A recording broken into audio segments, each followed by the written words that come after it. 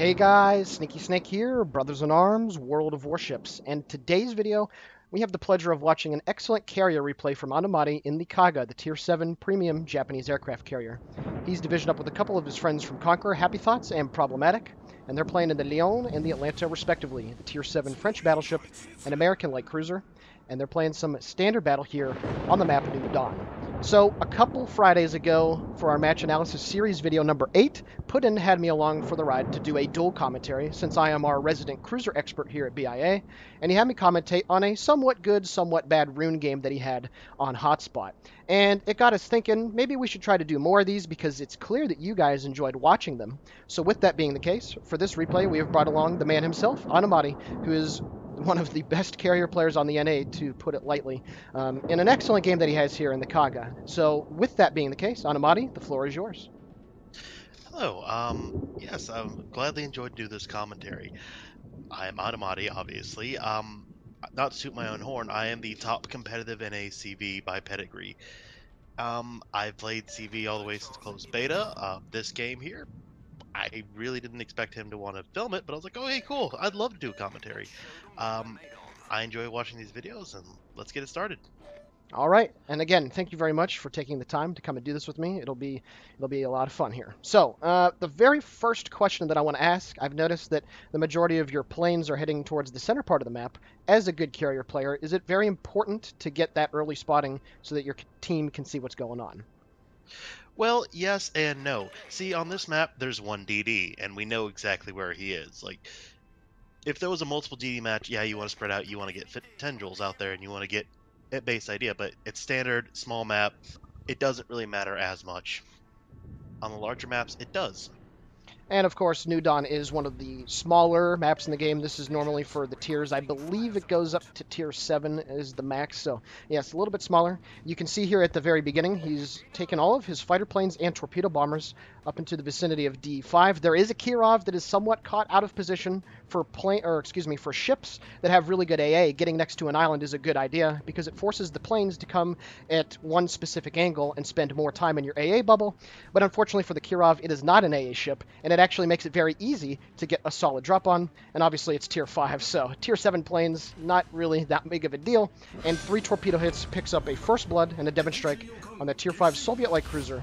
And then his next torpedo squadron is going to go in and try to drop on the enemy Gneisenau. Now, of course, the Gneisenau has a pretty decent AA suite when fully spec'd, but you can see just how blisteringly fast these torpedoes are, and it appears 1, 2, 3, and 4 torpedoes slam into that German battleship and chunk them down to half hit points. So, I gotta say, that was a pretty good drop to start off the game. Oh, yes. I was not expecting the Kirov to do that. I was actually waiting for the Pensacola down there in the far right to switch off. That's why I delayed for the first 30, 40 seconds. Here, I'm making the mistake. I'm getting too greedy with my fighters. I've already lost a squad, and I'm like, hey, maybe I can get the strafe. And then I completely, bungle it up, and then I lose the fighters. I lost 10 fighters, essentially for nothing. That's me being a little greedy and dumb. Now, compared to the Ranger at Tier 7, obviously the Ranger is generally regarded as the scapegoat of the Tier 7 carriers. I imagine that the Ranger still has much better fighter planes than the Kaga does? Oh, yes, it is not even a challenge. If I play Ranger, the only thing that can really stop me is a fighter Saipan, because it has very good fighters and it's not a bad ship. Like, it can perform. The problem is what it fights is too overpowered. Like, it can't compete against its competition on the average skill level. It's a simple fact. A high level Ranger would be able to easily beat a high level Huryu. Oh, and do you think that that has anything to do with just the resident skill level required in general for being a carrier player? Is it a ship that really does have a very high skill floor, but it still has a pretty decent high skill ceiling, or? It has a very low floor because it's USN, but at the same time it has a ceiling due to its competition. I would like to say the hardest ship to play right now at tier 8 is probably a Lexington.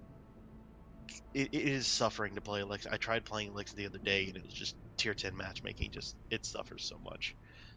Well, that does seem to be a a slight issue amongst the majority of the player base. Tier 8 matchmaking and Tier 10, that's actually just, it seems to be a wargaming thing, because it's also the same in World of Tanks. They have some issues balancing that. But anyway, getting back to the gameplay right now, you can see his team has managed to get a very nice lead early on, 451 to 281. You can see that quite a few of the enemy ships, a trio of battleships, a Galissoniere and a Marblehead, are moving towards the west side of the map, to the west of the 5 line, and it looks like they're getting ready to make a push to the south and try to get into the base. And you can also see, conversely, that the majority of his team is moving in a counterclockwise motion. They're going to try to move to the northeast and go up towards the base. So in a couple minutes here, the situation is actually going to turn pretty quickly for Anumati, and he's going to have to put his carry pants on and do some work. Now, the one thing that I do know for sure about the Kaga is that the torpedo planes on it are very good performing. Can you let everybody know why the Kaga torpedo bombers are so deadly?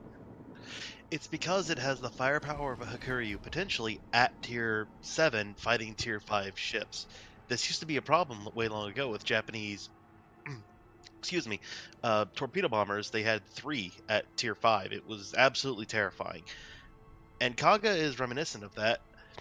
The thing is also with the way AA mechanics work, even though Kaga has such weak torpedo bombers, due to their large squadron size and the number of them, it can get torpedoes out. And it has the hangars to sustain losses, but not complete losses repeatedly. It is a great glass cannon ship in the right hands of a good player. And I also noticed that the torpedoes are exceptionally quick. I would imagine that the skill torpedo acceleration is something that you would probably have on your captain. Yes, it is what I run on the Kaga, because it's my 19-point Hakuryu captain. Okay. And you can see here with his second set of torpedo planes, he's going after this New York. Now, I believe not too long ago, the New York did bomb his damage control, and this is a very noob mistake that a lot of people make when they're, playing the game for the first time. You can see he does manage to get the one flooding on the bow that's necessary to really start chunking the guy's hit points down, and you can see at the top right his damage counter is ticking up nicely. However, something else to note, he did make amends for the first engagement of fighters. He had 2 fighter squadrons sitting over a friendly Cleveland and the Normandy down by G9 and was able to win the air battle against the Rangers fighters. So a much better job there on the second time of putting yourself in a much more enviable position to take care of his superior fighters, I would say. Mm-hmm. 2-on-1 against, with no AA, the Ranger still has a very good chance of winning the fighter engagement. Over enemy AA, the Kaga just gets sapped. But Ranger, again, it's one of my favorite ships. I don't have the best stats in it, but I love it. And that might draw the ire of some folks in the comments section, because you don't normally think of Ranger and favorite ship in the same sentence. But hey, with someone of your quality, I'm sure you can find the best in all of the carriers, I would imagine. To be completely fair, my favorite ship is Midway, but I mean, I had fond memories of playing Ranger and fighting Mike Hunt's in his Taiho with my Strike Ranger. Yeah, that's pretty brutal. Open beta, boys. Oh, boy. Right, any other questions before the I guess we could call it the main event? The fighting pit. Yeah, the fighting pit about to happen. Well, no, please go ahead. What's up? Right against here, this Legal, I know he has defensive fire, and you can see with the AA effect that I'm baiting it. Because he's probably not running premium consumables, and he's not going to turn off his AA as soon as the defensive fire or the planes die, it's going to be on a cooldown for a long time.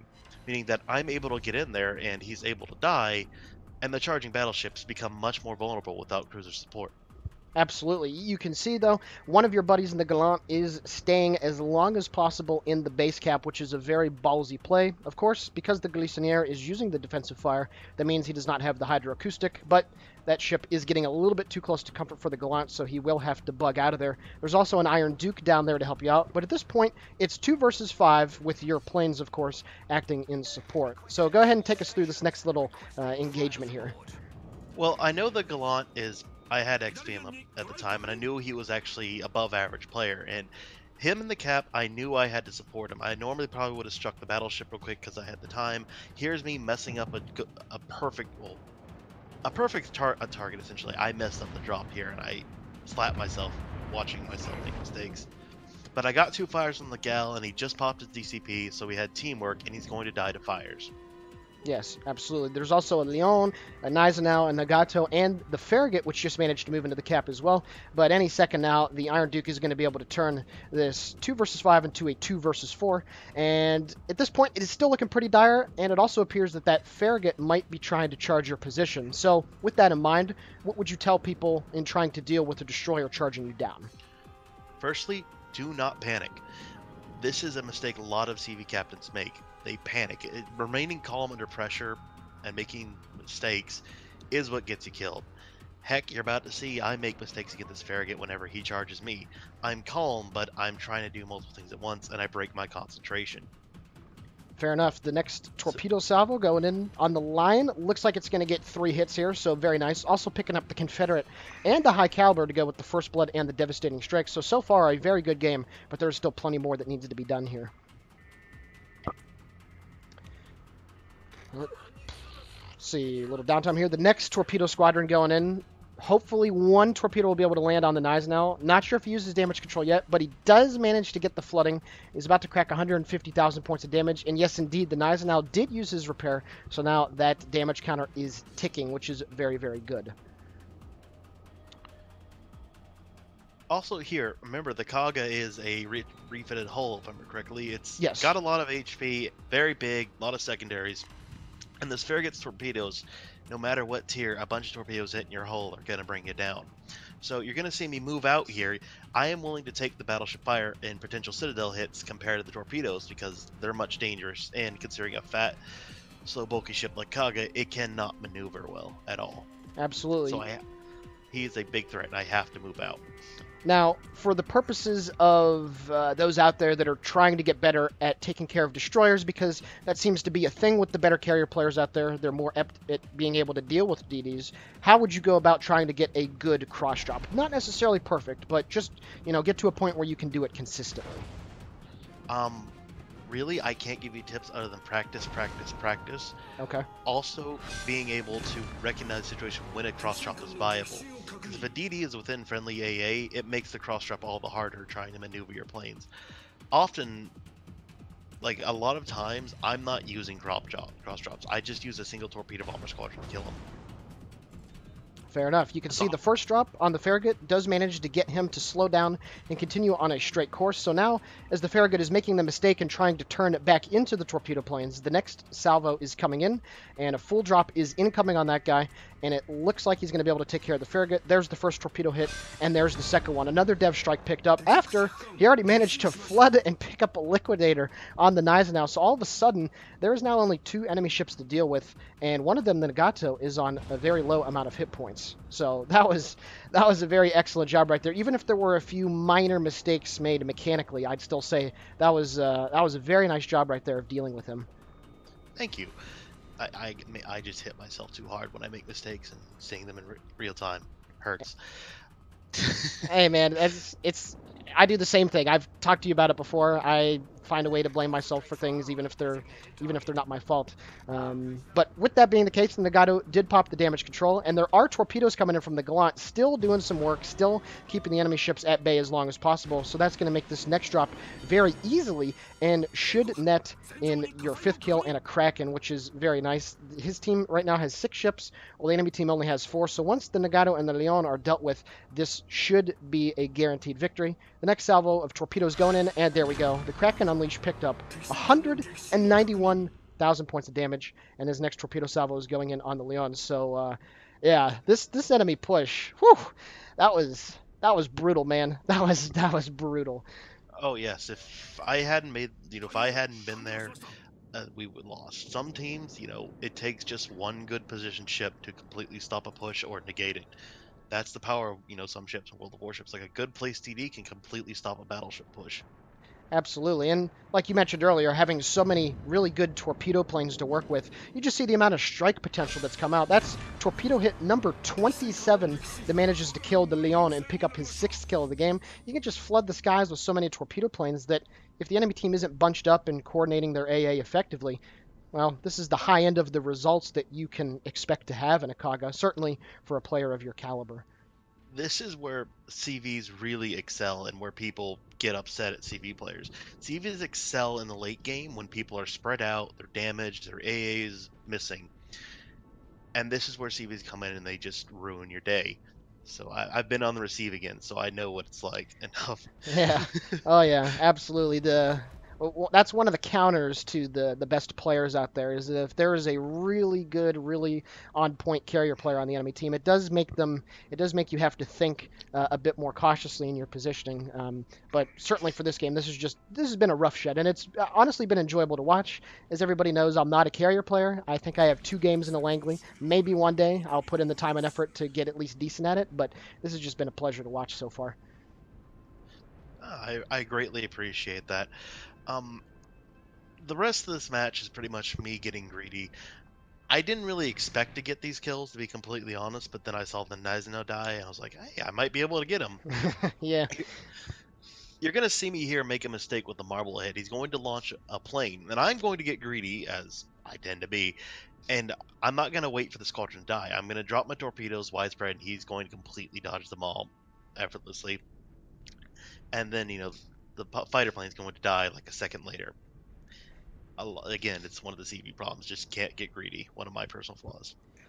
So I do have another question for you. For those out there that do have the Kaga and want to get better, are there any tips that you can think of off the top of your head that would be applicable to this carrier in particular because it's a premium, it's unique, it doesn't have the ability to change its outfit of squadrons. It has to deal with what it has. What would you say to others? Um, Really, I would say don't play the Kaga unless you have at least like a tier 7 Japanese CV and a good leveled up captain to be at minimum. Because it's like Japanese CVs, but at the same time, it has much weaker planes. So yes, it has reserves, but you will lose them. Now, with that also in mind, obviously the Saipan is the most popular Tier 7 carrier out there these days. How would you say a Kaga player should go about dealing with a Saipan that's on the enemy team? It depends on the caliber of the Saipan player, but for the general advice is learn to pick your battles. Uh, don't ever put in an engagement where you know you'll lose your planes, because Kaga has very Hmm. small reserves of fighters. If you can bait him over AA and he strafes out and you can counter strafe, you'll win a lot of engagements. But at the same time, the Saipan really does have the upper hand in a lot of situations. Fair enough, fair enough. Let me think. Is there anything else? Yes, the last question. So going forward, how do you think that they could improve the Tier 7 carriers balance-wise? Because I know, like you said, you do like the Ranger and you do pretty good in it, but to the average Joe out there, it is still um, well below the others in terms of average performance on all the different metrics. How would you say to better balance the tier for carriers? I would say probably copy Japanese style squadron size and squadron loadout and then tweak from there. Once you have squadron parity and you can balance from there, it becomes much easier without implementing gimmicks. It's something Hmm. many CV players have asked for, and if you check the forums, you'll see many of people, even non-CV players, saying, "Hey, this needs to happen." I mean, it's a frustrating situation for the average player, and I wish it wasn't that like that. That's true. Yeah. And, there are a lot of gimmicky CVs out there nowadays. I mean, you have the Graf Zeppelin, which has been in development purgatory now for months on end. Oh God, I The don't even want to get into that. Yeah, the Enterprise, which, if I'm not mistaken, started the whole AP bomb thing, which is now becoming more than just a gimmick, and it looks like it's going to be a permanent fixture in this game going forward. So, yeah, there's definitely some things about carriers out there that definitely could be changed, and I know that the Great CV rework is also indefinite, definitely delayed, but we'll see. Anyway, the last drop here on the Marblehead, going to secure kill number 8 and finish off in style a game in the Kaga here. Alrighty, guys, taking a look now at the post-battle results. 811,000 credits received and 7.6k total experience earned. He had 2 devastating strikes, Confederate, Kraken Unleashed, First Blood, High Caliber, and Liquidator, dealing 219,000 points of damage off of 29 torpedo hits and 6 bomb hits. He shot down 25 planes, sank 8 or 2/3 of the enemy team, 6 fires, 10 floods, 3 base defense ribbons, and even managed 3 cheeky secondary hits on the enemy Farragut. Taking a look at the team score, 2,499 base EXP was not what I was thinking. I figured it would be much more than that, but then again, carriers in general, they a long time ago got the amount of experience and credits that they earned nerfed considerably, and that still is the case. So even a monster result like this, not as much base XP as I thought, but obviously that is just something it's small and it's insignificant. Absolutely fantastic game from Anumati, and it was great to be able to do this dual commentary with them. And again, it seems like you guys like this, so we're going to try to do more of these in the future. So with that being the case, this is the Sneaky Snake for Brothers in Arms World of Warships signing off. Guys and gals, please consider giving the video a like, commenting on it, or possibly subscribing to the channel. All of it is very much appreciated, and have a great day.